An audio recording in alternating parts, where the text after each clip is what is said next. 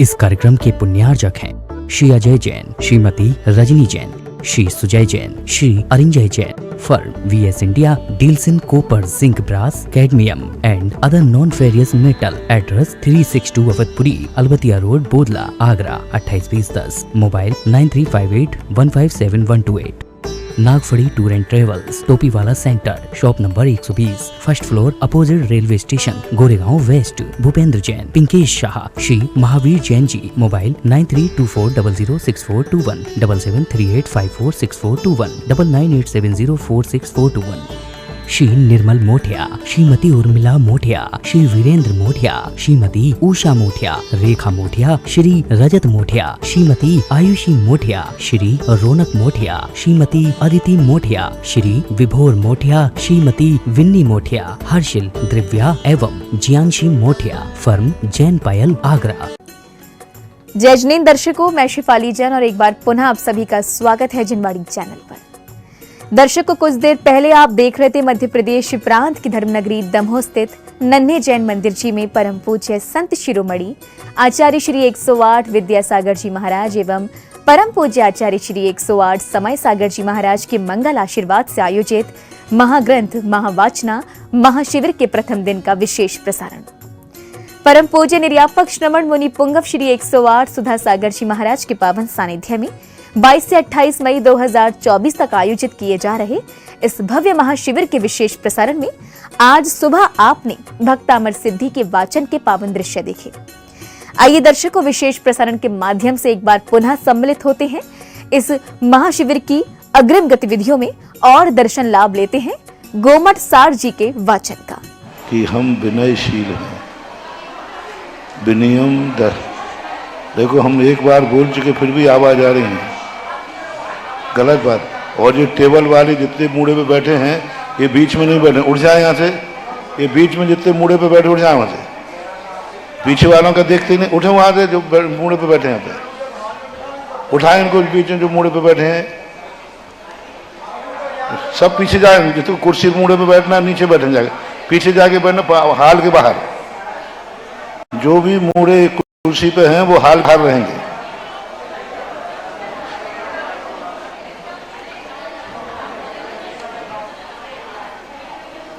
कोई भी हाल के अंदर नहीं रहेगा, हाल के बाहर जाए वहां पे।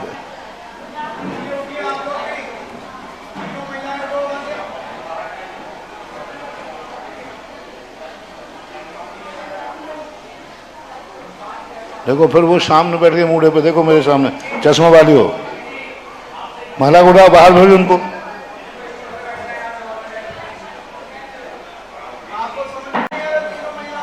हाल के बाहर करो ना प्रदीप, हाल के बाहर करो, पीछे महिलाओं को मूड़े पे जो है हाल के बाहर तो पंडाल में।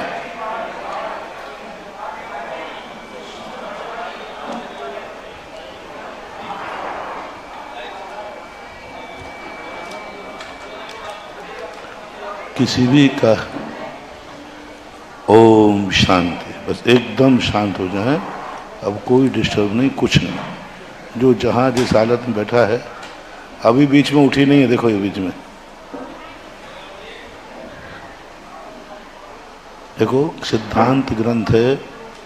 इस सिद्धांत ग्रंथ को पहली बात है कि आप लोगों को पढ़ने के लिए ही इसकी मनाही है। 1000 वर्ष पहले जब उज्ज्वल नेमीचंद महाराज बिंदगिरी पर्वत के ऊपर सठखंडागम का सिद्धांत का ज्ञान कर रहे थे, स्वाध्याय। इसी बीच में उनके भक्त श्रावक चामुंड राय वहाँ पहुँचे तो उन्होंने पूछा, गुरुजी क्या पढ़ रहे हो? तो उन्होंने कहा कि कुछ नहीं बोले। तो जैसे ही उन्होंने पूछा कि महाराज जी क्या पढ़ रहे हो, देखो, तो नेमीचंद महाराज ने ग्रंथ को बंद कर दिया। तब चामुंड राय ने पूछा, गुरुदेव क्या हम इतने कृतज्ञ हैं या इतने निकृष्ट हैं कि हमारे देखते ही आपने ग्रंथ बंद क्यों कर दिया? बोले, यह ग्रंथ गृहस्थों के पढ़ने लायक नहीं है, ये ग्रंथ आप लोग नहीं पढ़ सकते। इस ग्रंथ को पढ़ने से आपको बहुत नुकसान हो सकता है, क्योंकि भगवान महावीर स्वामी ने सिद्धांत ग्रंथों को गृहस्थ को पढ़ने की मना किया है। तो फिर हम लोगों को ज्ञान कैसे होगा इसका? तब उज्ज्वल नेमीचंद महाराज ने षटखंडागम को पढ़ करके उसमें से सारांश रूप में गौमठ सार की रचना की। इस गौमठ सार की रचना के निमित्त ग्रस्त है, श्रावक है। चामुंड राय का छोटा नाम गौमट्ट था, इसलिए गौमट्ट के निमित्त से इस ग्रंथ की रचना हुई है, इसलिए इसका नाम गौमट्ट सार रखा, क्योंकि चामुंड राय के नाम से ही हुआ। इससे सिद्ध है कि गौमट्ट सार जो है यह गृहस्थों को ध्यान में रख करके लिखा गया है। इसलिए आप लोगों के भाग्य समझो कि नेमीचंद महाराज ने उस षटखंडागम को पढ़ के इसकी रचना की। यदि ये रचना नहीं होती तो गृहस्थ कभी सिद्धांत ग्रंथों का ज्ञान या सिद्धांत का ज्ञान नहीं कर पाते। इसलिए गौमठ सार जो है ये 4 भागों में है। जीवकांड, जीवकांड का अर्थ है जीव किन परिणामों के माध्यम से इस संसार में रुलता है। संसार के बहुतायत लोग यह आरोप लगाते हैं कि इस दुनिया में जो सुख दुख देने वाला है वो भगवान है, कोई ईश्वरीय शक्ति है जो सुखी दुखी करता है। इस मिथ्या धारणा को मिटाने के लिए ही जीव कांड की रचना हुई कि इस दुनिया में ना तो कोई मिटाने वाला है ना कोई बनाने वाला है। जीव के परिणाम ही नाना प्रकार के सुख दुख में परिणमन करते हैं।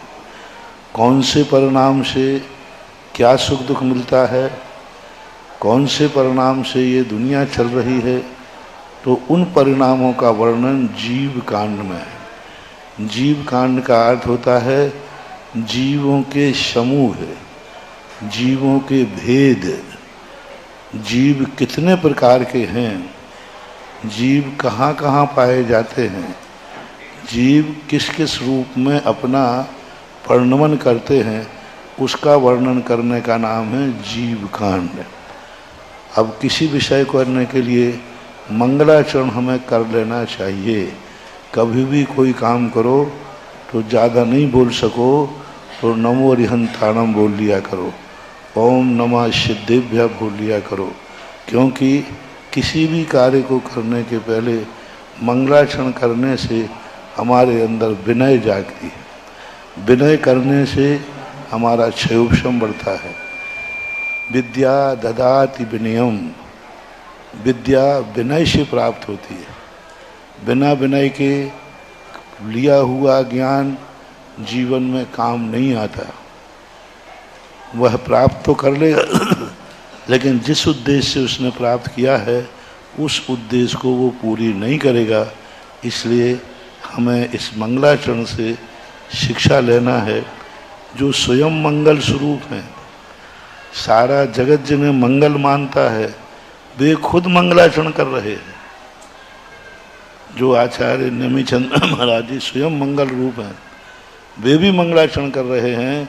तो हमें और आपको तो मंगलाचरण करना ही चाहिए।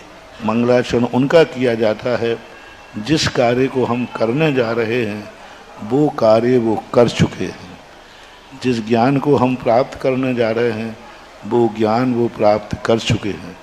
मंगल उनको कहा जाता है जो अपने आप में सब विघ्न बाधाओं को झेलते हुए लक्ष्य को प्राप्त हो गए हैं। उनको हमें मंगल बनाना चाहिए। इसलिए सिद्धम शुद्धम प्रणवीय, सिद्ध भगवान को, जो कैसे हैं सिद्ध भगवान, शुद्ध हैं। सिद्ध स्वरूप को शुद्ध स्वरूप, सिद्ध भगवान को नमस्कार कर रहे हैं। वे सिद्ध जो हैं शुद्ध हैं। शुद्ध का अर्थ है संपूर्ण दोषों से रहित हैं। प्रणमीय, प्रणाम करके। कौन है वो? जिनेंद्र भगवान जो शुद्ध सिद्ध हैं। जिनवर, जिनेंद्र भगवानों में भी वर हैं। श्रेष्ठ हैं, तीर्थंकर हैं। नेमी चंदम, नेमी चंद्र भगवान। यहाँ नेमी चंद्र के दो अर्थ हैं।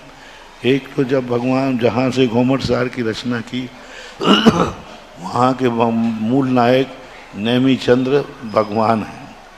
विंध्यगिरी गोमटगिरी के वहाँ के मूल नायक जो हैं नेमीनाथ हैं, तो उनका है। और दूसरा है, इसी में छुपा हुआ है कि नेमी चंद्र आचार्य भी थे, लेकिन चूंकि यहाँ मंगलाचरण है इसलिए नेमीनाथ भगवान को ही, क्योंकि अकलंकम, वे कलंक से रहित हैं। गुण रयन भूषण उदयम, वाह कितनी अच्छी बात कही। कैसे हैं नेमी चंद्र आचार्य महाराज? गुण रूपी रत्न भूषण जिनके उदय में है, यानी गुण भूषण शक्ति में नहीं है, गुणों के जो आभूषण यानी श्रृंगारत हैं, जिनका जीवन ही गुण है। और गुण रयन भूषण उदयम, दो चीजें विशेषता हैं। एक तो रत्न है, गुण है, दूसरा वे आभूषण हैं। तो आभूषण क्या पेटी में रखे हैं? नहीं, उदयम पहने हुए हैं, वो पहने हुए हैं। जैसे छेड़ालाकार ने कहा ना, ज्ञान शरीरी त्रिविधि कर्ममल, ज्ञान ही जिनका शरीर है, यहाँ कह दिया उन्होंने गुण ही जिनके आभूषण हैं, उदयम में प्रकट हैं। वो उन गुणों को अव्यक्त नहीं है। हमारे अंदर जितने गुण हैं वे अव्यक्त हैं। हम में सिद्धत्व गुण है, शुद्धत्व गुण है, लेकिन वो अव्यक्त है। लेकिन नेमिनाथ भगवान का गुण व्यक्त है, उदय में आ गया है, यानी वो उनका उपयोग कर रहे हैं। तो इनको आपने क्यों नमस्कार किया? नमस्कार करके क्या करना चाहते? एक नमस्कार होता है गुणों को, और एक नमस्कार होता है स्वार्थ के लिए, उपलब्धि के लिए। यहाँ प्रणमीय शब्द किया है, प्रणाम करके मैं कुछ करना चाहता हूँ। आज नेमिचंद भगवान को मात्र हम नमस्कार नहीं कर रहे, हमारा पर्पस है। यहाँ यह भी हमें शिक्षा मिलती है कि हमेशा गुणों को ही नमस्कार नहीं किया जाता, अपने कार्य के लिए भी बड़ों को नमस्कार किया जाता है। एक तो वो बड़े हैं, नहीं ठीक है, एक तो वो खुद बड़े हैं इसलिए नमस्कार है, और एक हम खुद कुछ करना चाहते हैं उनके आशीर्वाद से, उनको प्राप्त करके। तो प्रणमीय प्रणाम करके जीवस्य परोगुणम बोक्षम, जीव की प्रूपणा बोक्षम यानी कहता हूँ। जीव की प्रूपणा, प्रूपणा का अर्थ होता है जीव का विस्तार, जीव के परिणमन, जीव की गतियाँ। प्रूपण बोलते हैं ना, जीव का विस्तार क्या है, प्रूपणा क्या है, उसको मैं कहता हूँ। आप लोगों को प्राकृत का संस्कृत श्लोक को नहीं पढ़ना। जो 12 वर्षीय कोर्स वाले हैं उनको हिंदी में ही हिंदी पढ़ना है, गाथाएं नहीं पूछी जाएंगी। गाथाएं आपको नहीं पढ़ना, क्योंकि आप गाथाएं में बहुत उलझ जाएंगे, उच्चारण ही नहीं बनेगा और बहुत कठिन हो जाएगा। वैसे विषय कठिन है और गाथा तो और कठिन, इसलिए आप गाथा को पढ़ना तो जरूर, उच्चारण तो जरूर करना, लेकिन उसको क्या करना, पढ़ करके हिंदी को याद करना, पढ़ना जरूर। पढ़ने से आचार्यों की, मैंने कल कहा था ना, तुम्हें कुछ भी समझ में नहीं आवे, इतना समझ में आवे कि हमें आचार्य की वाणी कान में पढ़, इतना ही बहुत है। कई लोग कहते महाराज हमें जो चीज़ समझ में नहीं आती है हम क्यों पढ़ें? नहीं समझ में आती इसलिए तो पढ़ना है। समझ में आने के बाद पढ़ा तो क्या पढ़ा, नहीं समझ में आया फिर भी पढ़ रहे हैं, यही विशेषता है। जिनको समझ में आ रहा है वे पढ़ रहे हैं तो उनको ज़्यादा कर्मों की नजर नहीं है, क्योंकि उनको समझ में। लेकिन जिनको समझ में नहीं आ रहा है फिर भी वो पढ़ रहे हैं तो उनको इतना ज्ञान बनता है। जिनको नमोकार मंत्र समझ में आ रहा है उनको सिद्धि नहीं हुई, जिसको नमोकार मंत्र समझ में नहीं आया उसको नमोकार मंत्र सिद्ध हो गया। कितना बढ़िया उदाहरण है। नमोकार मंत्र जिन्हें समझ में आ रहा था, याद था, नमो अरिहंताणम आदि, उनको सिद्धि, और अंजन चोर को नमोकार मंत्र समझ में फिर भी सिद्धि हो गई। तो बस आप लोगों से मेरा कहना है, कभी भी धर्म ग्रंथ को ये मान के नहीं पढ़ना कि हमें समझ में आ रहा है कि नहीं। हमें ये मान के पढ़ना है कि आचार्यों की वाणी को मैं पढ़ रहा हूं, कुछ भी समझ में नहीं आए। इसके लिए मैं एक उदाहरण देता हूं तुम्हें।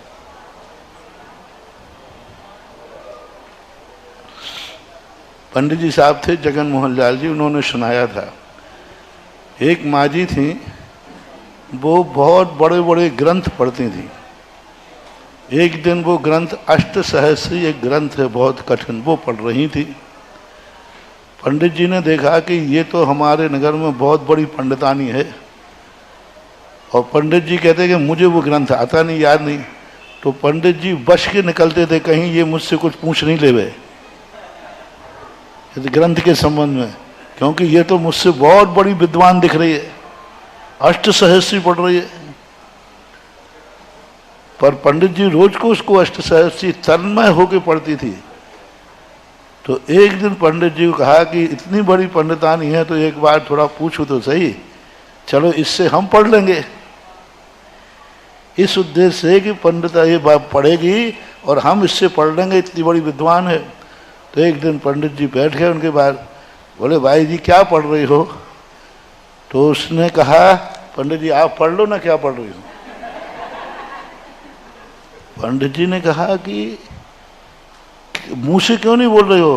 बोले पंडित जी हमें बोलना नहीं आएगा। वो ऐसी पढ़ती थी, महावीर पढ़ना है तो मा हा आ की मात्रा वा ई रा, तब वो महावीर बोल पाती थी। तो बोले अष्टसहस्री तो मैं बोल ही नहीं पाऊंगी। तो पंडित जी ने कहा क्या बात है, तुझे नाम भी पढ़ना नहीं आता? बोले नहीं आता। पढ़ना भी नहीं आता? पंडित जी हमें तो हिंदी पढ़ना नहीं आती।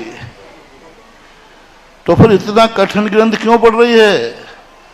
अब पंडित को आ गया कि अब तो मैं पंडितानी, ये तो मूर्खानंद है। तो पंडित जी ने कहा तुझे कुछ पढ़ना नहीं आता, फिर क्यों पढ़ रही भाई, क्यों समय खराब कर रहे हो?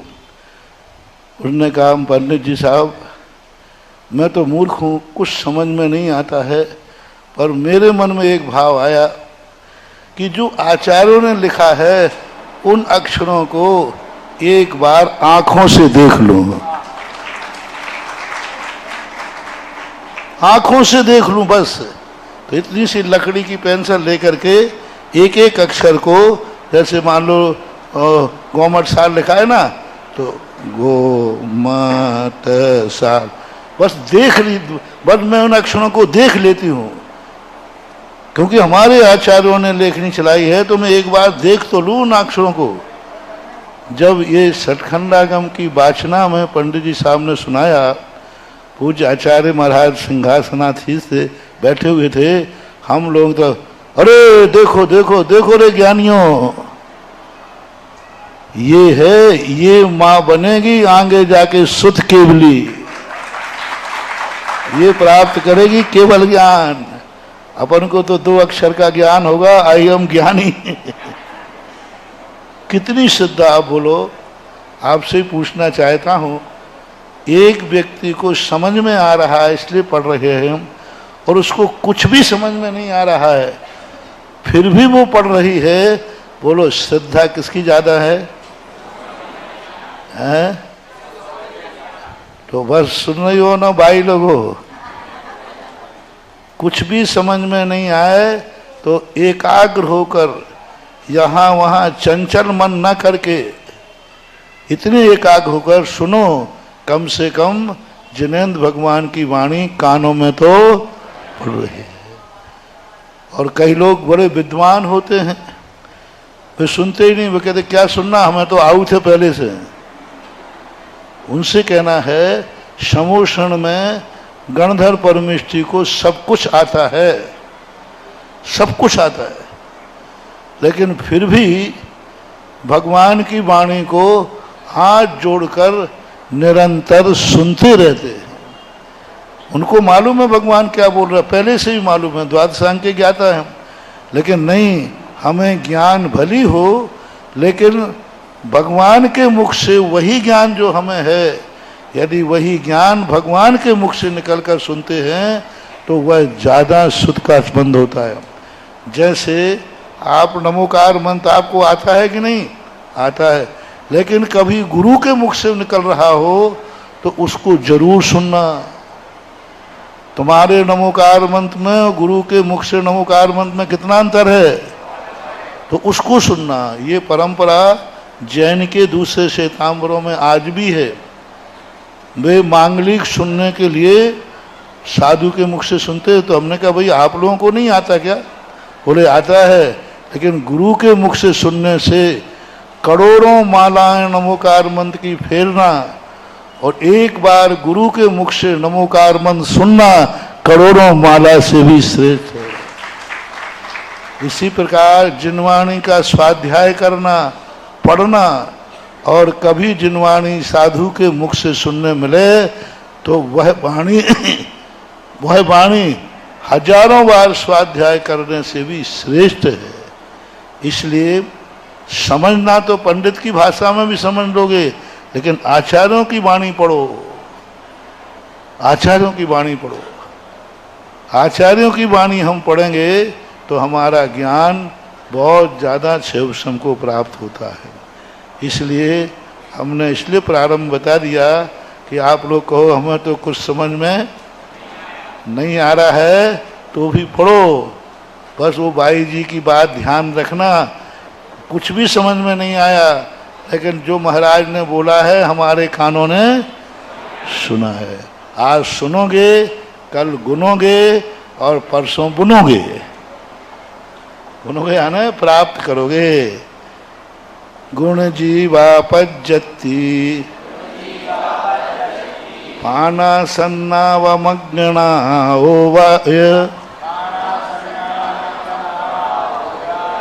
उपयोगो वियकंसो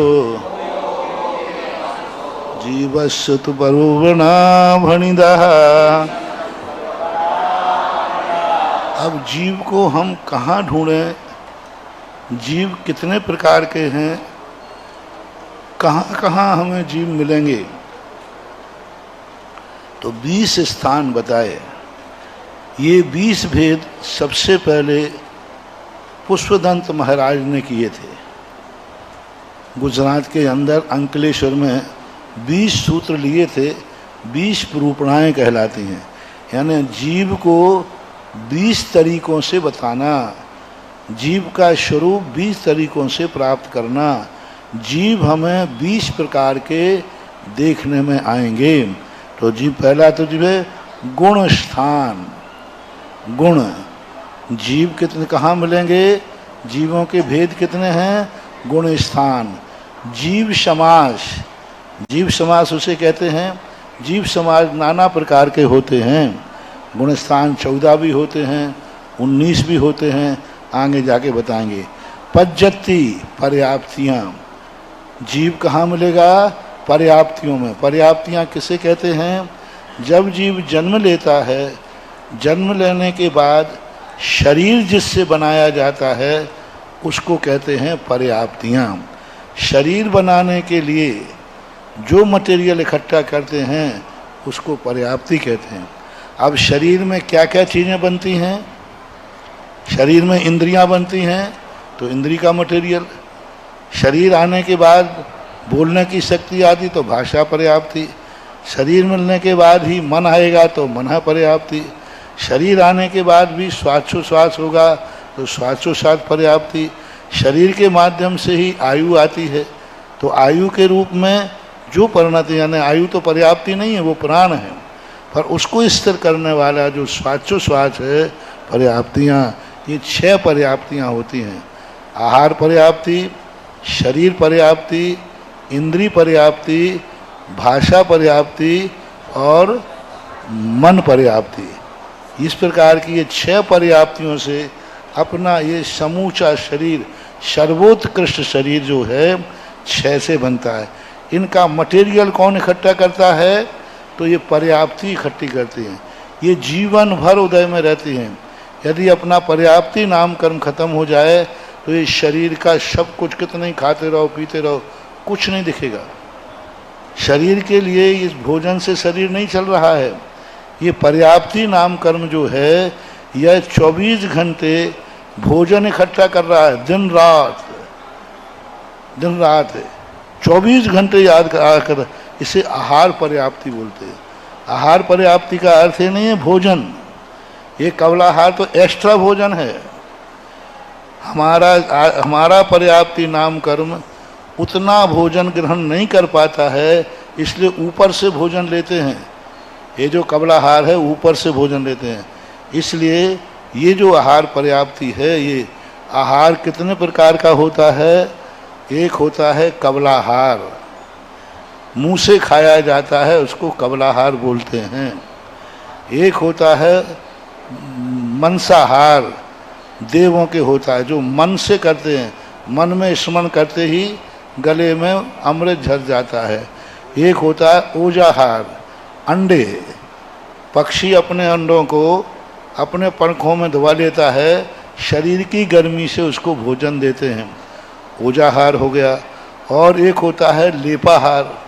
लेपाहार एक इंद्रियों के होता है, जो पेड़ पानी को पीता नहीं है, पानी को लेप करता है, मिट्टी को लेप करने मात्र से वह आहार ग्रहण कर लेते, एक इंद्रियों को होता है।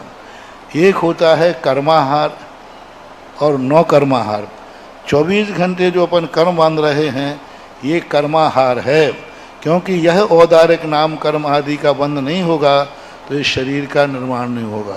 और नौ कर्माहार बोलते हैं। नौ कर्माहार के दो भेद, एक खाने वाला और दूसरा ले, पे, स्वाद और खाद। ये कबलाहार के 4 भेद हैं, खाद, ले, पे और स्वाद। खाद रोटी आदि, पे पीने वाले, स्वाद यानी सुपारी सौंप आदि, और ले चाटने वाले। ये 4 भेद कबलाहार के हैं।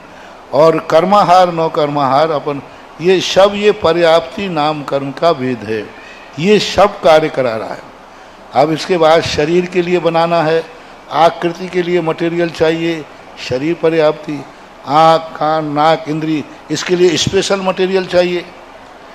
अब आँख के लिए स्पेशल मटेरियल चाहिए है, ऐसे परमाणु चाहिए जिसमें देखें। जैसे कांच का चश्मा बनाना है तो कांच हर चीज़ से बन जाएगा कि इसके अलग मटेरियल है? अलग मटेरियल है। ऐसा ही इंद्रिय नाम कर्म इतने जगत के परमाणुओं में से वो विशेष परमाणु करता है जिसमें देखने की, अब कर्ण नाम की पर्याप्ति, वो परमाणु जो सुन सकते हो, वो परमाणु जो चख सकते हो, वे परमाणु जो छू सकते हो, उन परमाणुओं को जो सूंघ सकते हो, वो उतने से स्थान पर जो सूंघने वाले परमाणु ये इंद्रिय पर्याप्ति ग्रहण करेगी। अब इंद्रिय पर्याप्ति में जब घ्राण इंद्रिय आएगी तो वो उतने ही परमाणु ग्रहण कर लेगी और वहाँ जाके चिपका देगी, उससे अपन सूंघते रहते हैं, इंद्रिय पर्याप्ति। फिर उसके बाद आती है भाषा पर्याप्ति, जो अपन बोलते हैं। श्वासोच्छ्वास पर्याप्ति उसके पहले है, जिससे अपन श्वास ले रहे हैं, नासिका से श्वास ले रहे हैं, ये श्वास नहीं है, ये तो एक्स्ट्रा श्वास है, अपन ज़्यादा खर्च करते हैं। श्वासोच्छ्वास पर्याप्ति संपूर्ण शरीर से जो ग्रहण किया जाता है वो श्वासोच्छ्वास पर्याप्ति कहलाती है। नासिका से, मुंह से श्वास लेना ये श्वासोच्छ्वास पर्याप्ति नहीं है, ये तो एक्स्ट्रा श्वासोच्छ्वास है। इसके लेने के बाद भी हम जिंदा रहेंगे, कोई नियम नहीं है। लेकिन जब तक शरीर श्वासोच्छ्वास पूरे सर्वांगीण ग्रहण करता है, ऐसे अपन बोलते हैं तो अलग बोलने के लिए शब्द ऐसे वर्णनाएं चाहिए जो शब्द का रूप धारण कर लें। ध्वनि आत्मक वर्णनाएं जो टकरा करके ध्वनि देती हैं उनको भाषा पर्याप्ति। मना पर्याप्ति जो अपने हृदय में सीने के अंदर जहाँ हड्डियाँ खत्म होती हैं, यहाँ 8 पाखुड़ी वाला एक कमल के आकार का मन होता है। वो मन तो 9 कर्म से बनेगा, शरीर पर्याप्ति से, लेकिन उस मन में विचारने की शक्ति ऐसे परमाणुओं में वो मना पर्याप्ति होती है। प्राणः, प्राण पर्याप्तियाँ कारण हैं, प्राण कार्य हैं। प्राण 10 होते हैं और 10 प्राणों के माध्यम से यह जीव जीता है।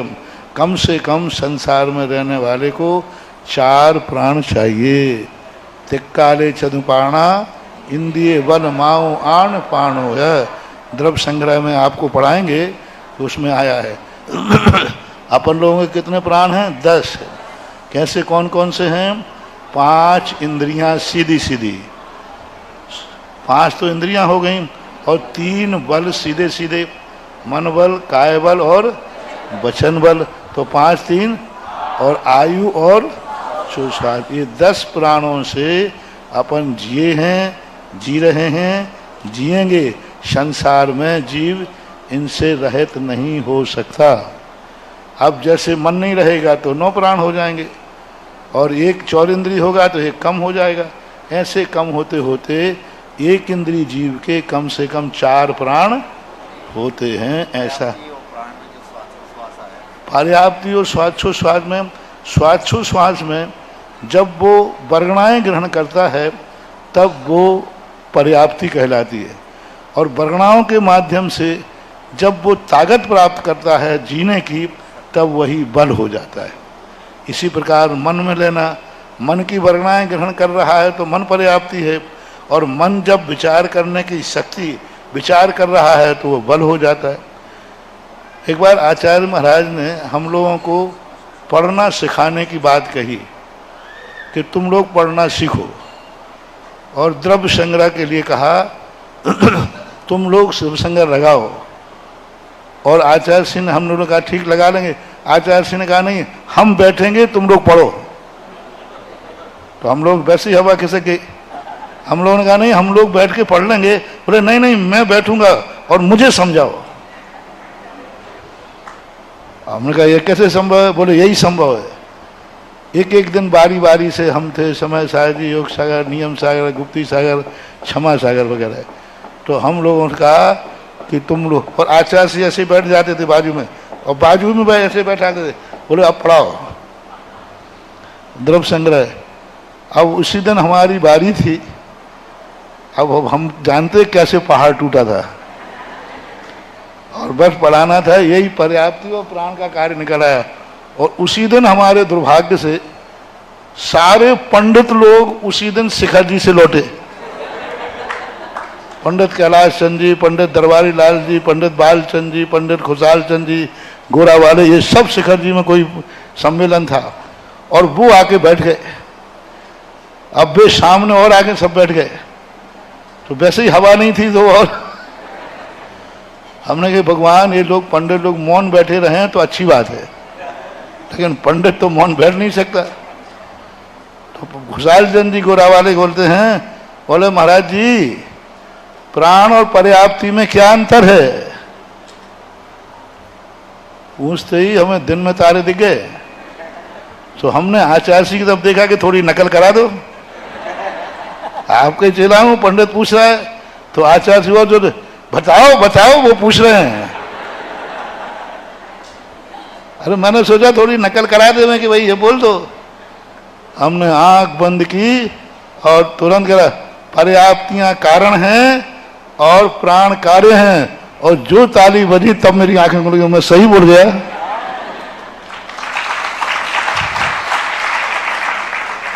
एकदम अंदर से निकल गया, पर्याप्ति कारण है और प्राण कार्य हैं। आज चर्चा आई तो वो स्मरण आ गया।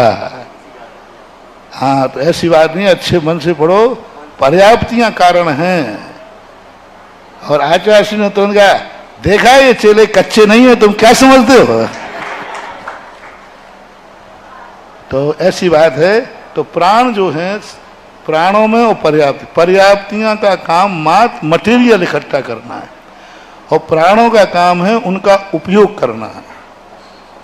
मटेरियल इकट्ठा कर दिया, सब इकट्ठा करके, लेकिन उसका उपयोग करना, आंखों का मटेरियल इकट्ठा कर दिया, अब आंखों की देखने की ताकत, उस ताकत का जब प्रयोग होता है तो वो इंद्रिय पर्याप्ति प्राण बन जाता है। और जब मटेरियल इकट्ठा हो रहा है तब उसमें अलग चीज हो जाती है। सन्ना संज्ञाएं, 3 संज्ञाएं कितनी होती हैं? 4। आहार संज्ञा, भय संज्ञा, मैथुन संज्ञा और परिग्रह संज्ञा। मग्गणाओ और मार्गणाएं, मार्गणाएं 24 मार्गणाएं होती हैं। उपयोग भी और उपयोग भी, क्रमशः विषम तु परिगुणाहम, ये क्रम से कितने हो गए? 20 प्रूपणाएं, इनको मानना चाहिए। गुण स्थान जो हैं आगे कहेंगे शायद इनकी संख्या को और भी। संख्य ओ घोत्य, आप लोगों को समझ में नहीं आया तो मात रट लिया करो, रट लो, मात रट लेना। आज नहीं समझ में आएगा, कल समझ में आएगा, रटने मात्र से। संख्यो ओ घोत्य गुण सन्नासचा मोह जोग भवा, वित्थारादेशोत्य मग्गन सन्नासकम भवा। अभी हम यहाँ ज़्यादा इसलिए नहीं समझा रहे कि अभी यहाँ ये नाम मात्र बता रहे हैं, पर अर्थ आगे पूज्यवर नेमिचंद महाराज खुद इनका अर्थ कहेंगे तो उस समय अपन विस्तार से चलेंगे। संख्यो, संक्षेप से जो कहा जाता है उसे ओक कहते हैं। कोई कहे ओक किसे कहते हैं? जो संक्षेप से कहा जाता है।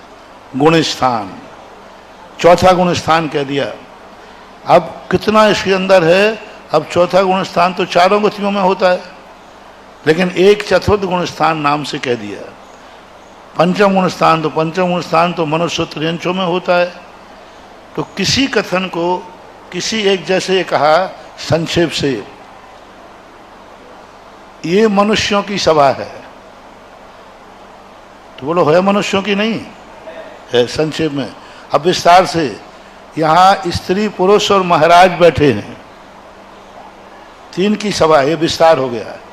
पुरुष भी बैठे हैं, महिलाएं बैठी हैं, महाराज भी बैठे हैं। अब ये विस्तार हो गया।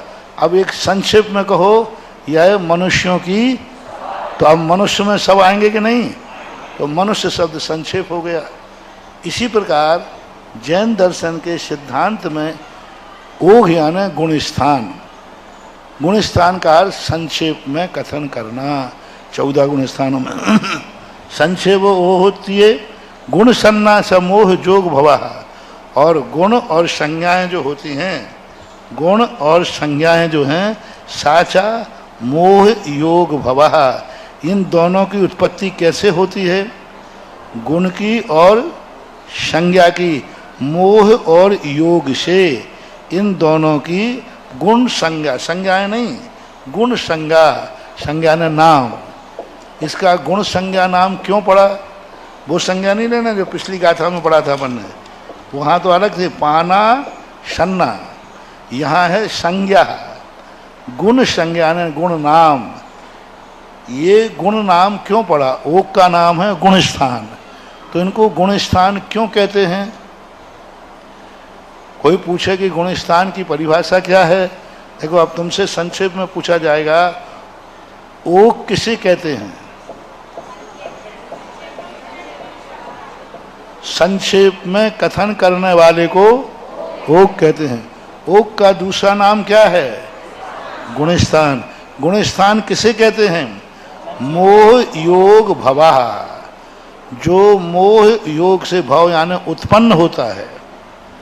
मोह और योग, अब मोह किसे कहते हैं सब जानते हैं, दर्शन मोहिनी और शारद मुनि। योग किसे कहते हैं? मन वचन और काय। मन वचन काय और मोह दर्शन मुनि और चारित मुनि, ये दोनों एक साथ परिणमन करते हैं तब गुणस्थान बनता है। मोह अकेले से नहीं बनेगा, मोह से बनाने के लिए योग जरूर चाहिए। योग यदि नहीं है, पहली बात तो संसार में ऐसा कोई जीव नहीं है जिसका किसी ना किसी समय कोई ना कोई योग न रहता हो। संसार अवस्था में 13वें गुणस्थान तक कोई ना कोई योग नियम से रहता है। मन वचन और काय इनसे रहित कभी नहीं हुआ। और मोह आ जाए तो मन वचन काय की चंचलता तो बनी रहती है, इससे अकेला बंद नहीं होगा। मोह होगा तो हाथ पैर हिलाने से बंद नहीं है, मोह के साथ हिलाओगे तो बंद है।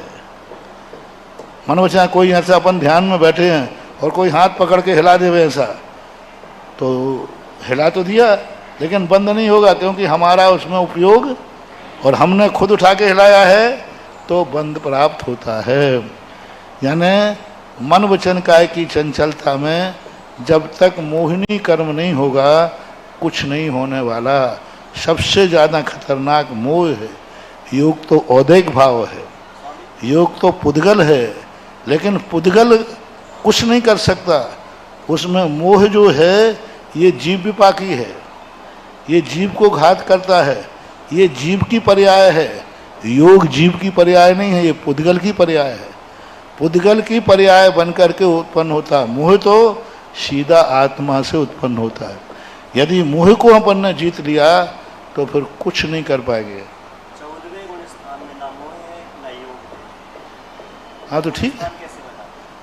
गुण स्थान उन्होंने कहा है, इसी द्रव्य संगर की टीका में पूज्यवर ब्रह्मदेव सूर्य ने लिया कि उन्होंने कर्म करना तो छोड़ दिया, लेकिन पूर्व में जो कर्म किए थे वो निर्माण तो है। जैसे अपना शरीर जीव बनाता है, लेकिन मरने के बाद भी ये शरीर बना रहता है कि नहीं?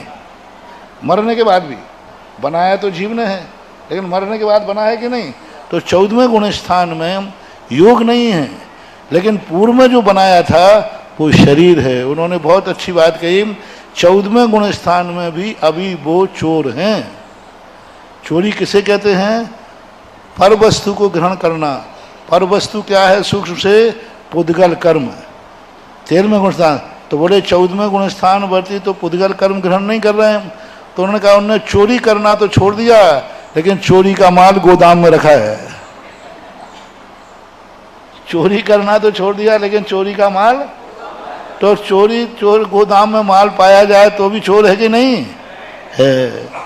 इसलिए 14वें गुण स्थान वर्ती अयोग केवली भी संसारी हैं, क्योंकि संसार तो छोड़ दिया, लेकिन पहले जो संसार किया था उसका फल अभी उनके पास 85 प्रकृतियां उनके पास पाई गईं।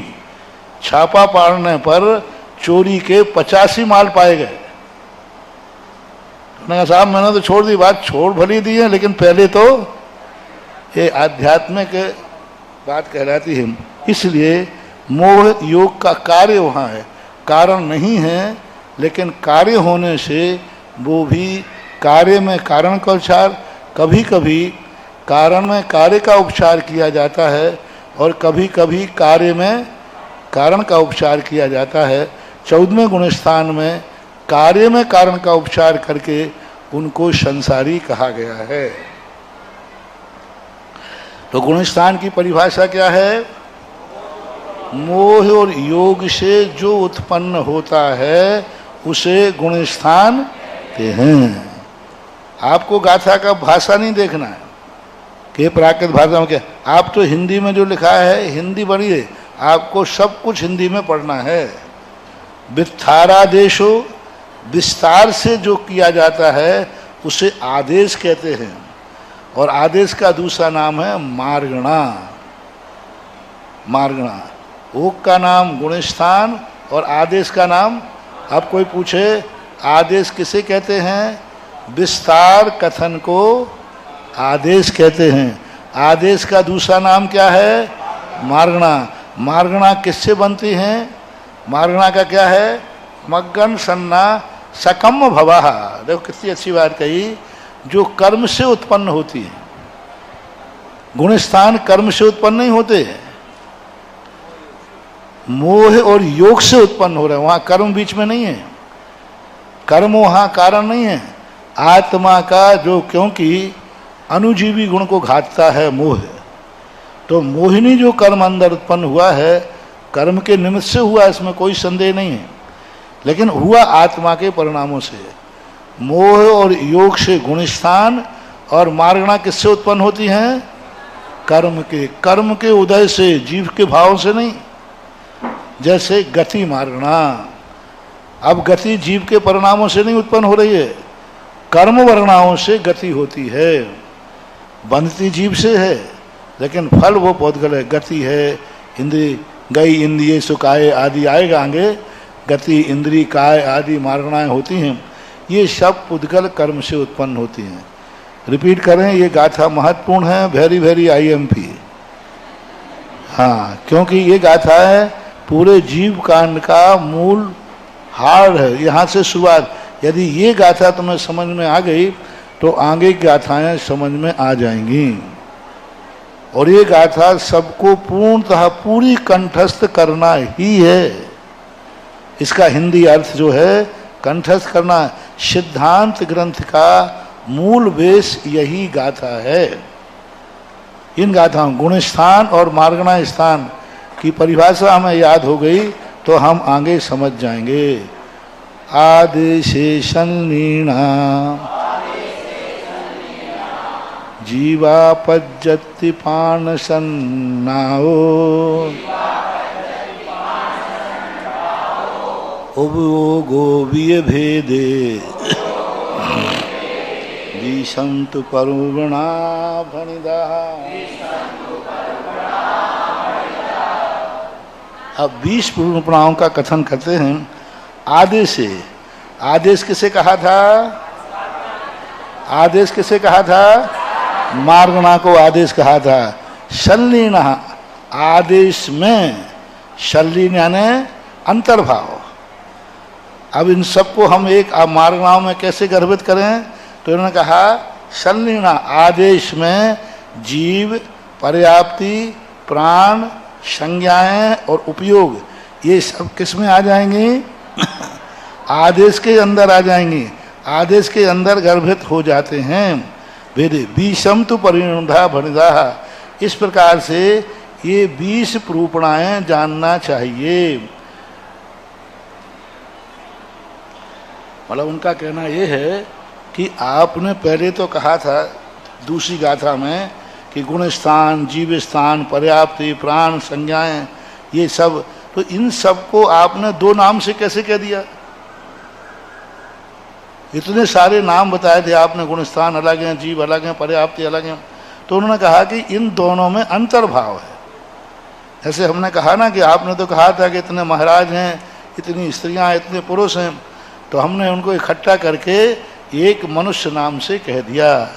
तो कहते हैं कैसे कह दिया? किसमें क्या गर्भित करेंगे? आदेश में यानी मार्गणा में लीन करना, जीव, पर्याप्ति, प्राण, संज्ञा, उपयोग, ये सब मार्गणाओं में गर्भित हो जाते हैं। तो कहीं कहीं मार्गणाओं में उनको गर्भित कर लिया जाता है, जीव समाज का वर्णन नहीं करते, मार्गणा स्थानों से वर्णन करते हैं। गुण स्थान की विवक्षा से और मार्गणा दोनों कथन एक ही हैं। दोनों कथन क्या हैं? जीव को खोजना है। तो एक व्यक्ति कहता है मुझे जीव दमोह की, मनुष्यों की सभा में मिले, और एक कहता है मुझे फलाना जीव महाराज की सभा में मिला। तो अब देखना, महाराज की सभा में मिला यानी उसने 2 को छोड़ करके महाराज का भेद कर दिया, लेकिन दोनों का कथन क्या था? जीव को खोजना। चाहे वो महाराज की सभा में खोजे, चाहे मनुष्य की सभा में खोजे, खोजा तो उसने जीव ही है। इसलिए ये मार्गणा और गुण स्थानों में इंद्रिय काये लीना जीवापज्जति आण पाण भाषमणो जोगो काओ नाने अखा गति मग्ने आऊ। कैसे लीन करना, अंतर्भाव कैसे करना? तो इंद्री और काय मार्गणा है, इनमें किसको लीन करना? जीव को और पर्याप्ति को। अब इंद्री में जीव कैसे गर्भित करेंगे? ये एक अपन व्यवहार में बोलते ना, ये 1 इंद्री जीव है, ये 2 इंद्री जीव है, ये 3 इंद्री जीव है। मार्गणा कौन बोलता है? ये 1 इंद्री मार्गणा है, एक 2 इंद्री मार्गणा है। व्यवहार में अपन 1 इंद्री, 2 इंद्री, 3 इंद्री जीव कहते ना। तो इंद्री में कौन आ गया? जीव। और पज्जति काय, पर्याप्तियां काय में आ जाएंगी, क्योंकि वो शरीर के, हमने पहले ही बता दिया, शरीर को निर्माण करने के लिए जो मटेरियल इकट्ठा करते हैं वह पर्याप्ति है, उससे काय बनती है। तो जहाँ जहाँ काय है वहाँ वहाँ पर्याप्तियाँ जरूर हैं। बिना पर्याप्तियों के काया बन ही नहीं सकती। आन पान भाषमणों, और जो आन पान है, भाषा है और मन है, ये भी सारे के सारे पर्याप्ति में गर्भित हैं, पर्याप्ति के अंतर्गत आ जाएंगे। जोगे काओ नाने, और योग काय में आ जाएगा। मन वचन काय जो योग है, इसको किस में लेना ना, काओ नाने अखा, और इंद्रियां किस में चली जाएंगी, इंद्रियां किस में जाएंगी, ज्ञान में अक्षिणी, यानी इंद्रियां चली जाएंगी। गति मग्न आयु, और गति मार्गणा में आयु। ये गाथा महत्वपूर्ण गाथा नहीं है। ये गाथा मात्र ये दिखा रहा है कि कैसे मिक्सिंग करें। जैसे तुमने दाल चावल मिला दिए तो अब मिल गए, खत्म हुए, अब इनको गट्टबंट कैसे करें, यानी कैसे मिलाएं, इसको इसमें मिलाएं, इसको इसमें मिलाएं, इसको मिलाएं। तो ये मिलाने की विधि बताइए। मात पूछेगा तो इतना ही पूछ सकते हैं कि बोले इंद्रिय जो जीव है किस मार्गणा में गर्भित है, इंद्रिय मार्गणा में गर्भित है। संक्षेप में कोई ऑब्जेक्ट और क्वेश्चन पूछेगा तो ऐसा पूछ सकता है, ज्ञान किस ज्ञान में कौन सी मार्गणा गर्भित होती है, जी नहीं अक्खा, इंद्रियां, ज्ञान में इंद्रियां। आयु किस मार्गणा में गर्भित है, आयु काय मार्गणा में, हिंदी में पढ़ लो, काय मार्गणा में आयु। आयु एक प्राण है, वो कौन सी मार्गणा में आएगा, गति मार्गणा में आयु आ जाती है। क्योंकि मार्गणाओं में गति मार्गणा तो है लेकिन आयु नहीं है। क्यों नहीं कहा, क्योंकि गति के बिना आयु कभी ठहर ही नहीं सकती, इसलिए उन्होंने कह दिया कि गति मार्गणा में आयु आ जाती है। तुम लोग कठिन मत मानो इसको, शब्द संज्ञा कठिन है बस, बाकी इसका विषय इतना कठिन नहीं जितना आप लोग मानते हैं। माया लोहे रदि, माया लोहे रदि पुब्भार, नहीं कौन से है ना,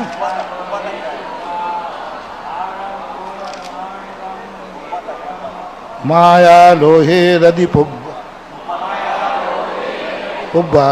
हारम कोह माणगम भयम, वेदे में हुण सन्ना लोहम परिगहे सन्ना, महालोहे रदि पुब्ब,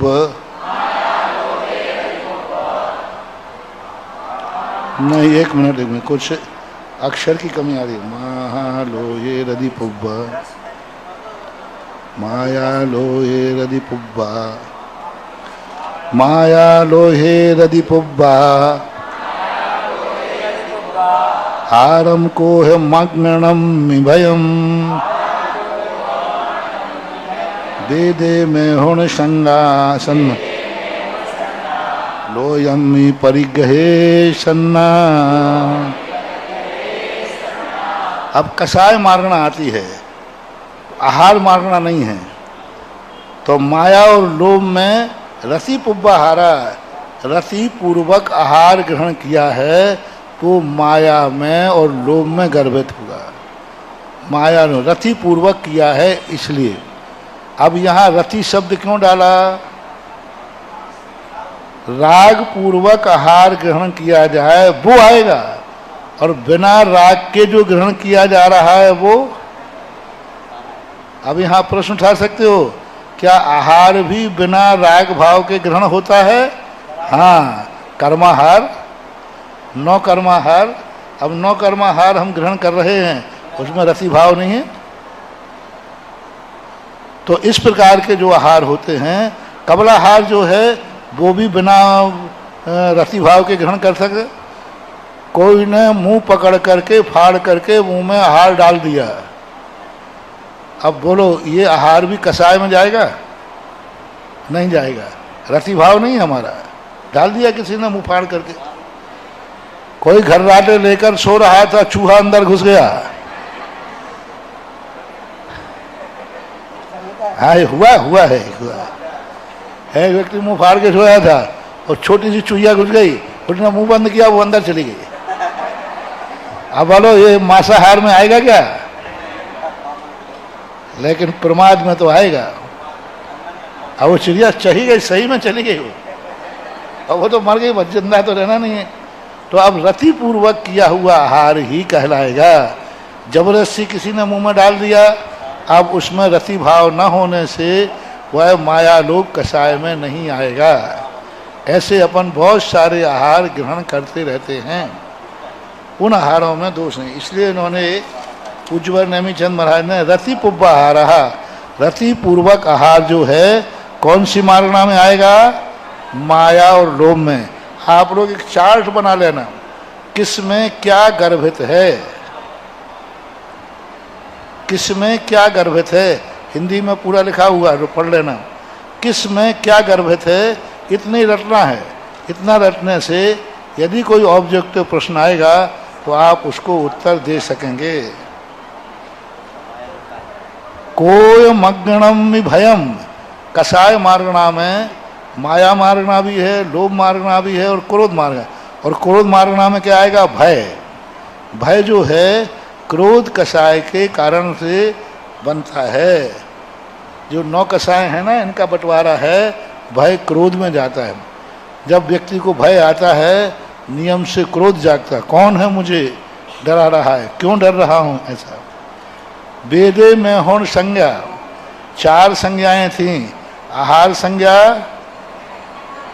भय संज्ञा, मैथुन संज्ञा और परिग्रह संज्ञा। तो ये 4 संज्ञाओं में आहार संज्ञा किस में गई? आहार संज्ञा किस में गई? माया और लोभ में। अब दूसरी भय, आहार भय, भय संज्ञा किस में गई? क्रोध रूपी मार्गणा में। मैथुन संज्ञा किस में गई? वेद, वेद, स्त्री वेद, पुरुष वेद और नपुंसक वेद। इन 3 वेदों के बिना व्यक्ति के मन में अब्रह्म भाव नहीं आता, क्योंकि जब भी अब्रह्म भाव आएगा तो वो या तो स्त्री है या पुरुष है और या नपुंसक है। महाराज जी, साधु आहार लेता बढ़ावन, तो कषाय कौन सी मानेंगे उसमें? तप बढ़ावन हेत है, तो इसलिए तो उनकी निर्जरा होती है, लेकिन फिर भी पर को ग्रहण कर रहा है, इच्छा पूर्वक ग्रहण कर रहा है, उस समय भी माया लोभ कषाय उसका उदय में है, क्योंकि इच्छा है। पूज्य आचार्य महाराज से एक बार पूज्यवर ज्ञान सागर महाराज ने पूछा कि तीर्थंकर को प्रमाद कब आता है, क्योंकि वो अपन जैसे सोते तो पाए नहीं जाएंगे, जब कभी उनको नहीं आएगी। उनका प्रमाद कब पाया जाता है, पकड़ के बताओ, क्योंकि उनसे कभी ईरिया समिति में चूक होती नहीं, वर्धमान चारित्र है। जिनका वर्धमान चारित्र है, प्रति समय वो विशुद्धि बढ़ा रहे हैं, तो प्रमाद में कब आएंगे? तो आचार्य ने कहा जिस समय आहार को अंजलि यूं करते हैं उस समय प्रमाद है, क्योंकि इच्छा करना ही प्रमाद है। कब वो अंजलि खोलेंगे कि नहीं? तो आहार को लेने का भाव आ रहा है, अब किस लिए ले रहे हो वो भाव अलग है, लेकिन ले रहे हो कि नहीं? लेते समय तुम्हारे मन में राग भाव आ गया, इसलिए आहार कोई भी ग्रहण करेगा, कर ग्रहण करेगा तो माया लोभ में जाएंगी, और ग्रहण कराया जाएगा तो कोई कौमा में है, बेहोश पड़ा है और उसको कोई नली से दे रहा है, इंजेक्शन से दे रहा है, अब उसको तो कोई होश है नहीं, तो वो एक नौकर्म क्रिया उसका वो बंधक नहीं होगा। यदि वो लेने के बाद उसको आनंद आ रहा है, मैंने आहार किया, तो फिर बराबर हो जाएगा, ऐसा मानना चाहिए। वो एक भावना भाषा में कहा गया कि साधु खादती भी ना खादती, खाता हुआ भी नहीं खा रहा है, वो तो हमारी थोड़ी पीठ ठोकने के लिए कह दिया है। सही तो यही है कि पर को ग्रहण करना ही प्रमाद है, क्योंकि उसका अभिप्राय आध्यात्मिक है, रत्न की रक्षा करना है, इसलिए वो ऐसे बंध को प्राप्त नहीं हो रहा है जिस बंद से उसको संसार बढ़े। बंद तो है, सूक्ष्म दृष्टि से देखें, क्योंकि ये सिद्धांत ग्रंथ है। सिद्धांत ग्रंथ में तुम मुनि हो या श्रावक हो, तुम कैसे ग्रहण कर रहे हो मतलब नहीं है, ग्रहण तो कर रहे हो। इसलिए देखो, श्रेणी में चढ़ने के बाद भी कहा कसाई। अरे भाई कौन सी कसाई कर रहे हैं? श्रेणी में चढ़ने वाले मुनिराज को कसाई कहा, क्योंकि कसाय कर नहीं रहे, लेकिन कसाय का कार्य तो देखा जा रहा है। तभी तो आहार करने के बाद आके इडियापत करना पड़ता है। उज्ज्वल वीरसेन स्वामी महाराज ने प्रश्न किया तो कहता हूँ, धवला जी में कहा कि आहार को जाते समय साधु को पतन होता है, क्योंकि पर पदार्थ के प्रति रति भाव आए बिना रह नहीं सकता, कुछ ना कुछ उसमें राग भाव आता है। तो उन्होंने कहा असंयमाभिमुख हो जाता है। हाँ, असंयम के अभिमुख हो जाता, असंयम में पहुंचता नहीं है, असंयम के अभिमुख हो जाता है आहार के समय। ऐसा पूरी चीज महाराज ने लिखा है। तो आप लोगों को ये दो गाथाओं का जो विषय है, ये मात क्या करना है, कौन किसमें गर्वित है। 3 गाथाएं हैं, चौथी, 5वीं और 6ठी। इनका एक चार्ट बना लेना और वो आराम से याद हो जाएगा। सागारो उपजोगो नाने मग्गम दंसने मग्गे अनगारो उपजोगो नीणोत्तिजने ही निर्दिठम। सागारो उपयोगो, साकार का अर्थ यहाँ ग्रस्त नहीं, ज्ञान। साकार उपयोग यानी ज्ञान। अब जो साकार उपयोग है कौन सी मार्गणा में जाएगा, नाने मग्गमी मार्गणाएं जो आएंगी, ज्ञान मार्गणा में जाएगा साकार उपयोग, यानी ज्ञान उपयोग जो है। क्योंकि जीव का लक्षण क्या है, उपयोग। जब उपयोग की अपेक्षा हम जीव को ढूंढेंगे कि मति ज्ञानी कहाँ हैं, मति उपयोग वाले कितने हैं, शुद्ध ज्ञान उपयोग वाले कितने हैं, अवध ज्ञान उपयोग वाले कितने हैं, जब ये प्रश्न आएगा तो हम कहाँ ढूंढें, कोश में ज्ञान मार्गणा में देखो मति ज्ञानी मिल जाएंगे, अवध ज्ञानी कितने हैं वहाँ मिल जाएंगे, मना पर्याय ज्ञानी कितने हैं मिल जाएंगे। कहाँ मिलेंगे, ज्ञान मार्गणा में हमें खोजना पड़ेगा। ऐसा दंसने मग्गे अनगारो उपजोगो, अनगार यानी दर्शनोपयोग। चक्षु दर्शन वाले कितने हैं, अचक्षु दर्शन वाले कितने हैं, अवधि दर्शन वाले कितने हैं, इनको कौन से मार्गणा में ढूंढना, दर्शन मार्गणा में अनगार उपयोग गर्भित हो जाता है। उपयोग कितने होते हैं, उपयोग कितने होते हैं, 2, ज्ञानोपयोग और। तो ज्ञानोपयोग किस मार्गणा में गया, ज्ञान मार्गणा में, और दर्शनोपयोग किस मार्गणा में गया, दर्शन मार्गणा में। ऐसा रट लो।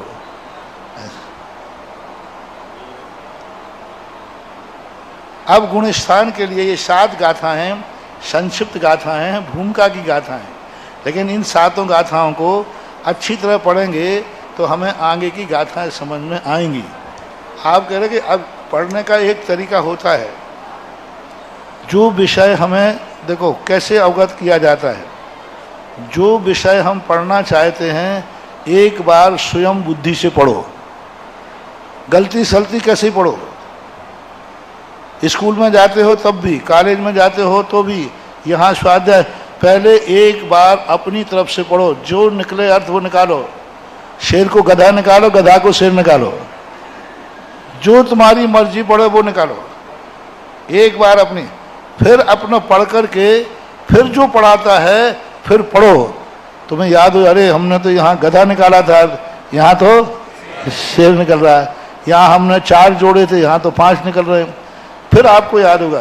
फिर तीसरा है, जो पढ़ने के बाद आओ उसको एक बार और पढ़ो, 3 बार पढ़ लोगे तो बहुत ज्ञान हो जाएगा। पढ़ के जाओ, वहाँ पढ़ो, पढ़ के आने के बाद फिर पढ़ो। 3 बार कोई भी चीज़ को पढ़ोगे तो आपको 50-60% ज्ञान हो जाएगा। करके देखना, कल ही करके देखना। कल तुम 8-10 गाथाएं पढ़ के आना अपनी बुद्धि से, आगे की जो भी तुम्हें अर्थ निकालना हो निकालना, फिर यहाँ पढ़ना, फिर यहाँ से जाने के बाद फिर तुम पढ़ना कि महाराज ने क्या पढ़ाया था। आप कहोगे मैं खुद विद्वान बन गया, अब मैं खुद पढ़ लूंगा। तुम लोग क्या करते हो, पहले पढ़ के आना नहीं, यहाँ किताब खोल के बाद में जाके पढ़ना नहीं। बस हो गया सवेर। महाराज के यहीं पढ़ी, यही महाराज जी ये रखो किताब, कल फिर दे देना आप ही। इसलिए फेल होते। पढ़ के जाओ, पढ़ो और लौट करके फिर पढ़ो। ये 3 बार पढ़ोगे तो हो जाएगा। जे ही दुलक्ष लख जनते, जे हिंदु लख जनते, उदयादिषु संभवे ही भावे जीवाते गुण सन्ना निदिष्ठा सव्यदर्शे जेहिम यही तु, जो जेहि यानी जो जिनके द्वारा लक्ष्यन्ते यानी निर्धारित किया जाता है, उदयादिषु संभवे ही भावे ही कर्मों के उदय आने से जिन किन भावों की संभावना है, अनुमान से कह रहे हैं, लक्ष्यन्ते यानी ऐसा हो रहा है तो बरसात आ सकती है, ऐसा हो रहा है तो यहाँ ये हो सकता है। तो कौन से कर्मों के उदय से कौन से भाव उत्पन्न हो सकते हैं, ऐसा लक्ष्य करना। मेरे में ये भाव हो रहा है, कौन से कर्म से हो रहा है। मुझे दुख हो रहा है, कौन से कर्म से हो रहा है। मुझे गुस्सा आ रहा है, कौन से कर्म से आ रहा है। मुझे द्वेष हो रहा है, कौन से कर्म से हो रहा है। मुझे राग हो रहा है, कौन से कर्म से हो रहा है। मैं सही नहीं, नींद आ रही है, कौन से कर्म के उदय से आ रही है। ऐसा परिणाम आना लक्ष्यन्ते संभवे ही भावे ही उदयादिषु, कर्म के उदय से, कर्म के उपशम से, कर्म के क्षय उपशम से, कर्म के क्षय से, कर्म की उदीर्णा से, कर्म के संक्रमण से, किस कारण से ये भाव हुआ। कल तो मुझे समझ में नहीं आया, आज कैसे समझ में आ गया। आज कैसे आ गया, कल तो समझ में आया नहीं था। कल तो मैं बहुत सुखी था, आज दुखी कैसे हो गया, किन कारण से। कल तो मुझे गुस्सा नहीं आया, अब गुस्सा क्यों आ गया। तो इन सब भावों के, जैसे हमने सुबह कहा था ना कल, कि घोमर सार का अर्थ है अपन को आता है ऐसा क्यों हो रहा मेरे साथ लोग बुरा क्यों सोच रहे हैं, ऐसा क्यों हो रहा है, ऐसा क्यों। ऐसी जो बातें सामने आती हैं, उन बातों को लेकर के कोई भगवान कर रहा है, कोई भगवान के माध्यम से हो रहा है। तो घोमर सार कहता है नहीं, मैं बताता हूँ किन कर्मों के उदय से ऐसे भाव आते हैं। जीवाते गुण सन्ना निदिष्ठा सभ्य दर्शे ही, कौन से कर्म से कौन सा भाव होता है, उससे कौन सा गुण स्थान होता है। अब गुण स्थान हमारे विषय नहीं है, लेकिन ऐसा भाव आ रहा है। जैसे किसी जीव से मेरा झगड़ा हुआ था और 6 महीने से ऊपर हो गए, अभी भी मुझे उसके प्रति कसाय भाव है। तो ऐसा भाव कौन सा कर्म है जो 6 महीने के बाद भी हमारे अंदर उसके प्रति कसा भाव। तो तुरंत कर्म कहेगा अनंतानुबंधी कसाय के कारण से ऐसा हुआ। तो अब मेरा गुणस्थान कौन सा हो गया, मिथ्यात गुणस्थान हो गया। लो, अब मिथ्यात गुणस्थान हमारे ज्ञान का विषय नहीं है, लेकिन मिथ्यात गुणस्थान को हमने पता कर लिया, मेरा मिथ्यात गुणस्थान हो गया। कैसे हो गया, क्योंकि कसाय किए 6 महीने और 6 महीने बाद भी अभी भी हमारे अंदर उसके प्रति द्वेष भाव है, हमारा गुणस्थान मिथ्यात्व हुआ।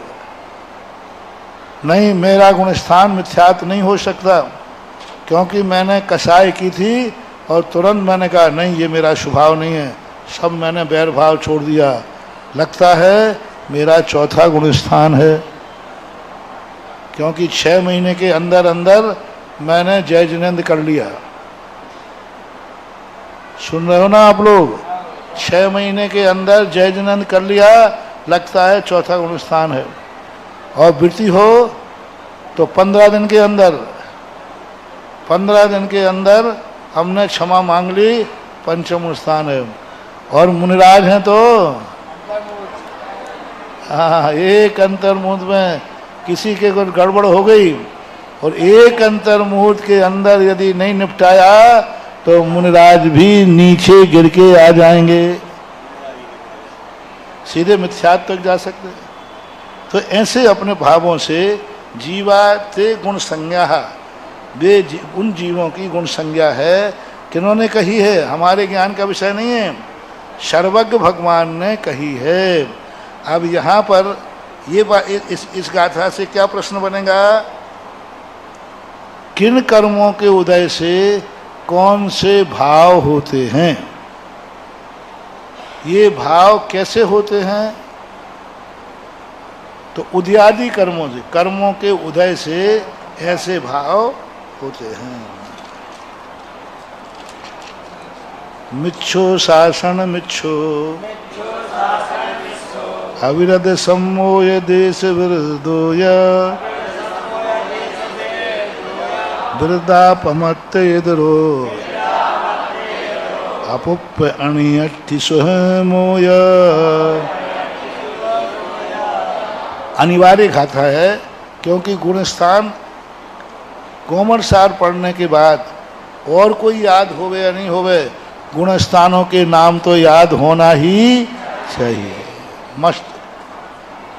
द्वादश बालकों के नाम तो रटना ही है, जैसे बने उठते बैठते खाते पीते सोते बाद ये गुणस्थान रटो। गुणस्थान 14 होते हैं, उनमें पहला गुणस्थान कौन सा है? मिथ्यात्व, शासादन, मिश्र, परिभाषा बाद में बताएंगे। अविरत सम्यक दृष्टि, देश व्रत, प्रमत्त इधरो, व्रत के 2 भेद हैं, प्रमत्त और अप्रमत्त, अपूर्व, अनुवृत्ति, सूक्ष्म, उपशंत क्षीण मोहो, सजोग केवल जनो अजोगीय, 14 जीव समासा, कमेण सिद्धाय नादब्बा। 11वां गुणस्थान उपशांत, क्षीण मोह, सजोग केवली और अजोगीय, जो 14 जीव समासा, ये 14 जीव समास कहे जाते हैं। कहीं कहीं 19 जीव समास भी होते हैं, लेकिन यहाँ पूज्यवर नेमीचंद महाराज जीव समास को 14 कहते हैं। जीव समास का अर्थ क्या है? जीवों, समास यानी संक्षेप, जीवों का संक्षिप्त स्थान। वैसे तो 84 लाख योनियाँ हैं, कितनी योनियाँ हैं, कहाँ कहाँ जीव रहते हैं। कीड़े देखो कितने प्रकार के हैं, कीड़े मकोड़े कितने प्रकार के होते हैं। तो उन सबको गौण करके 14 गुण स्थानों को, जीवों को संक्षेप में कहा। क्रमेण सिद्धाय नादब्बहा, क्रमेण से इनको, और क्रमेण इनको जो क्रम के द्वारा, यानी पहले दूसरा ऐसे क्रम से जाता हुआ, फिर अंत में क्या हो जाता है? सिद्ध गुण स्थान नहीं है। 14 गुण स्थान के बाद फिर क्या होता है? सिद्ध बन जाते हैं।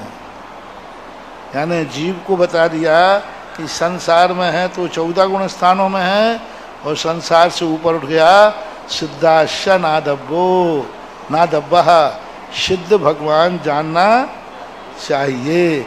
अब इन गुण स्थानों में ये अपने जीवन की अंतर्दशा है। यहाँ भली अपन को कठिन लग रहा है, ये सब अपने अंदर के परिणाम हैं। ये परिणाम अपन लोग 24 घंटे करते रहते हैं। नाम इन्होंने ये दे दिया नाम कठिन है, आचरण तो हम 24 घंटे ये कर रहे हैं, 24 घंटे हमारी ये क्रिया हो रही है, बस इन्होंने नाम संज्ञा हमारे लिए अपरिचित हो जाती है। मिच्छे खलु ओदयो विधिये पुण्य परिणामियो भावो मिस्से खवो विषमियो अविरद संयमितन्नेव। अब कौन सा पुण्य स्थान कैसे बनता है? बहुत अच्छी। भाव कितने होते हैं? औदैक भाव, उपसम भाव, क्षयोपसम भाव, छायक भाव और पारणामिक भाव। तत्वार सूत्र में आप लोगों ने दूसरे अध्याय में पढ़े होंगे कि भाव 5 होते हैं। और ये भाव किनसे उत्पन्न होते हैं? अभी पढ़ के आए अपन। भाव किनसे उत्पन्न होते हैं? 8वीं गाथा में। ये जो भाव उत्पन्न हुए, ये भाव किनसे उत्पन्न होते हैं? उदयादिषु, कर्मों के उदय से, उपशम से, क्षय से, क्षयोपशम। कोई पूछे संसारी जीवों के ये परिणाम क्यों उत्पन्न होते हैं, तो उदयादिषु, कर्मों के उदय आदि से। आदि शब्द जरूर ध्यान रखना, उदय नहीं, कर्म के उदय आदि से ये भाव उत्पन्न होते हैं। तो मिथ्यात् भाव किससे उत्पन्न होता है? उदयो, नियम से, कर्म के उदय से होते हैं। विधियो पुण्य पारणामियो भावो, दूसरा गुण स्थान किससे उत्पन्न होता है? पारणामिक भाव। क्योंकि 4 गुण स्थान दर्शन मोहिनी की अपेक्षा हैं। 4 गुण स्थान दर्शन मोहिनी की अपेक्षा हैं। दूसरे गुण स्थान में दर्शन मोहिनी का कोई उदय नहीं है। इनका विभाजन किया गया है। 4 गुण स्थान दर्शन मोहिनी की अपेक्षा और ऊपर के 10 गुण स्थान चारित्र मोहिनी की अपेक्षा। हालांकि दूसरे गुण स्थान में चारित्र मोहिनी कर्म का उदय है, बना हुआ उदय, लेकिन वहाँ विवक्षा नहीं है। दर्श इसलिए पारणामिक भाव है। हालांकि पूज्यवर वीरचंद स्वामी ने तीनों भाव घटाए हैं। अनंत अनुबंधी की अपेक्षा औदैक भाव, ज्ञानावरणी आदि की अपेक्षा क्षयोपसम भाव, लेकिन दर्शन मोहिनी की विवक्षा में पारणामिक। दूसरा गुण स्थान में कौन सा भाव है? पहले गुण स्थान में औदैक भाव किसे कहते हैं? कर्म के उदय से जो होता है उसे औदैक भाव कहते हैं। और ये सबसे ज़्यादा निकृष्ट भाव है। इसको हम समझते हैं जैसा निमित्त आया वैसे भाव हो गए। समझना उदाहरण में, अभी हम शांत बैठे थे, हमारे सामने से दुश्मन निकला, हमारे भाव नहीं थे, हमारे भाव कैसे हो गए? द्वेष भाव आ गया, यानी हमारा औदैक भाव हो गया। कोई मित्र निकल गया, राग भाव हो गया। जैसा निमित्त मिले वैसे परिणाम हो जाना, यही मिथ्यात् की निशानी है। मिथ्यात् हो ऐसा कोई नियम नहीं है, लेकिन औदैक भाव सबसे ज़्यादा खतरनाक है। जैन दर्शन में सबसे पहले कहा कि और जो निमित्त सामने मिले वैसे भाव मत करो, जैसे तुम भाव करना चाहते हो वैसे करो। दुश्मन भी आ जाए मैं द्वेष नहीं करूँगा, मित्र भी आ जाए मैं राग नहीं करूँगा, गंदी वस्तु आ जाए मैं घृणा नहीं करूँगा। हम लोग क्या है, निमित्त की कठपुतली बने हैं। जिस समय जो निमित्त आ गया परिणाम वैसे ही। क्रोध आ गया तो क्रोध कर लिया, राग आ गया तो राग कर लिया, निद्रा आ गई तो सो गए, भूख लगी तो, प्यास लगी तो, बाहर कठपुतली बने हुए नाच रहे हैं। नाच गुड़िया नाच। ऐसे ये कर्म अपनी आत्मा को गुड़िया बनाकर नचा रहे हैं। 24 घंटे कर्म कहता है मेरे बिना तुम्हारे कोई परिणाम नहीं।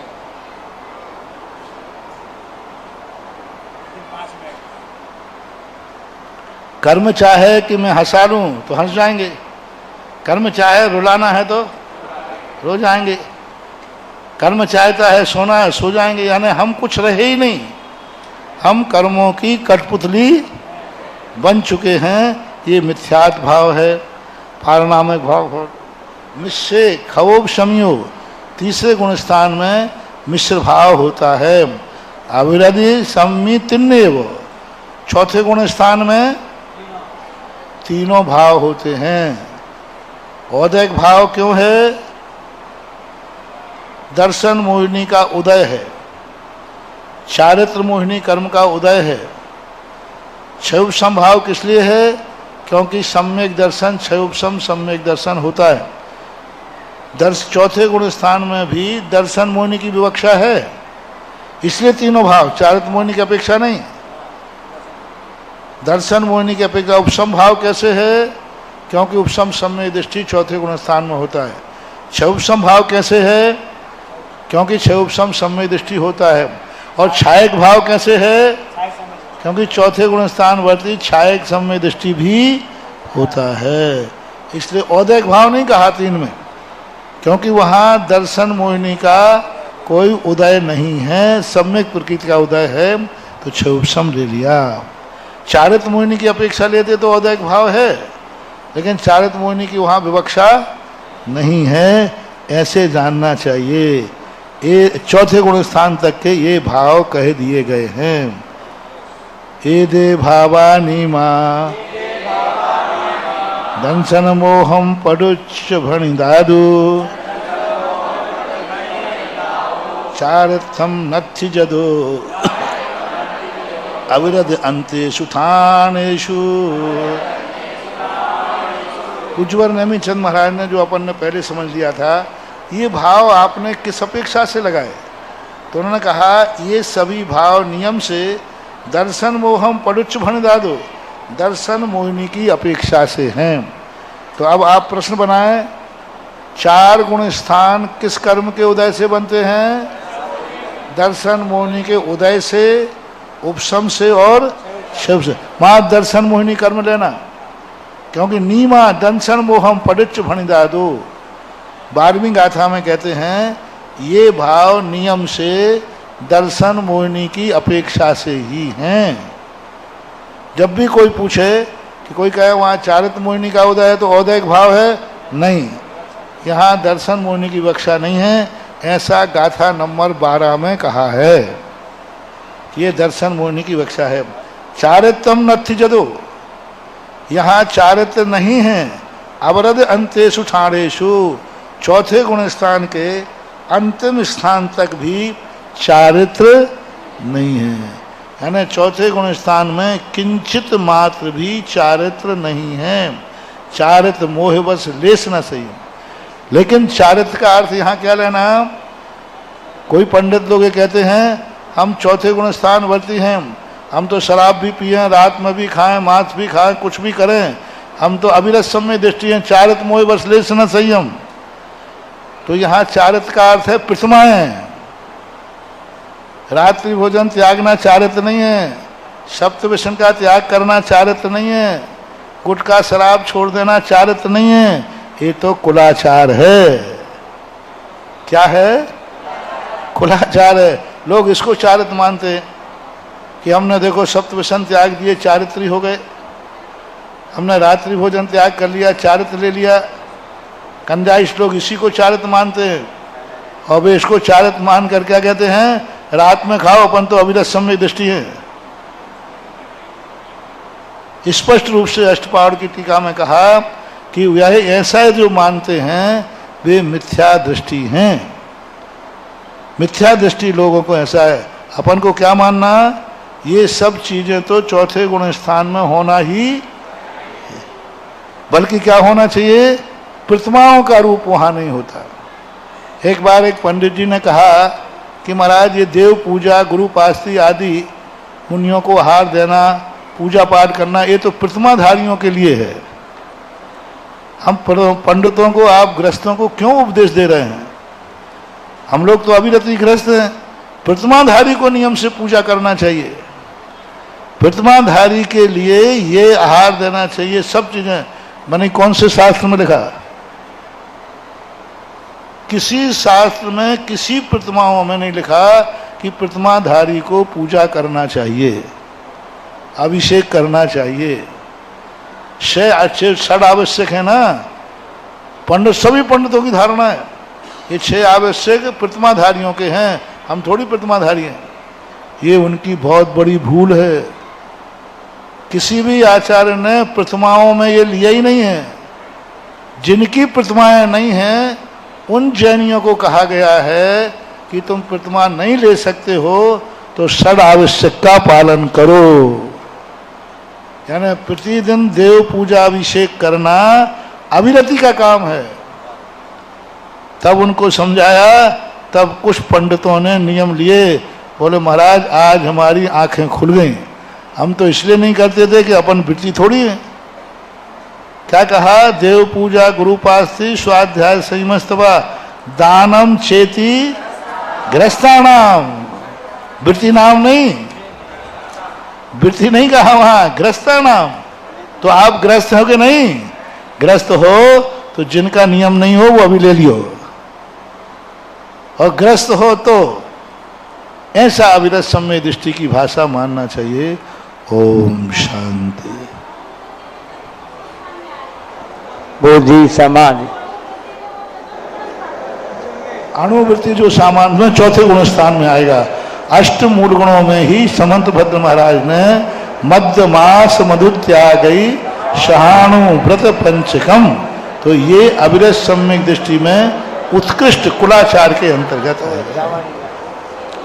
बोधि समाधि परिणाम सिद्धि सात्मोपलब्धि शिव सौख्य सिद्धि चिंता मणिम चिंत वस्तु दानी हम बंद मानस ममास्तु देवी। काव्य सर।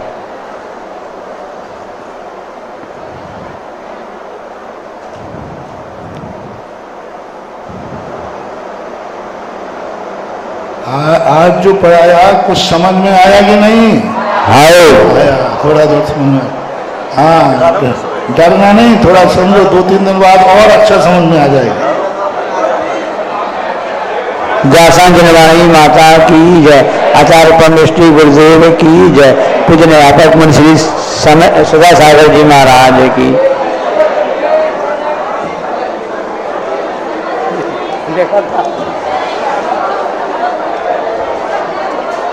देखिए, जिन लोगों को बुक नहीं मिल पाई है कल प्राप्त हो जाएगी, क्योंकि आपने रजिस्ट्रेशन नहीं किया था और आप बिना रजिस्ट्रेशन के ही पधार गए, तो इस कारण से आपकी संपूर्ति नहीं हो पाई। हमने कल आपको प्राप्त हो जाएगी और आपका पेपर भी होगा रोज। आज का पेपर आपके लिए ग्रुप में प्राप्त हो जाएगा, तो आप ऑनलाइन ही पेपर दे दीजिएगा। किताबें जिनको नहीं मिली हैं, कल किताबें सबको मिल जाएंगी, इसलिए किताब के मामले में परेशान ना होवें, कल सभी के लिए किताबें मिल जाएंगी। कल जिसके घर में भी जीवकांड की किताब हो ले आए, कल सबको मिल जाएंगी।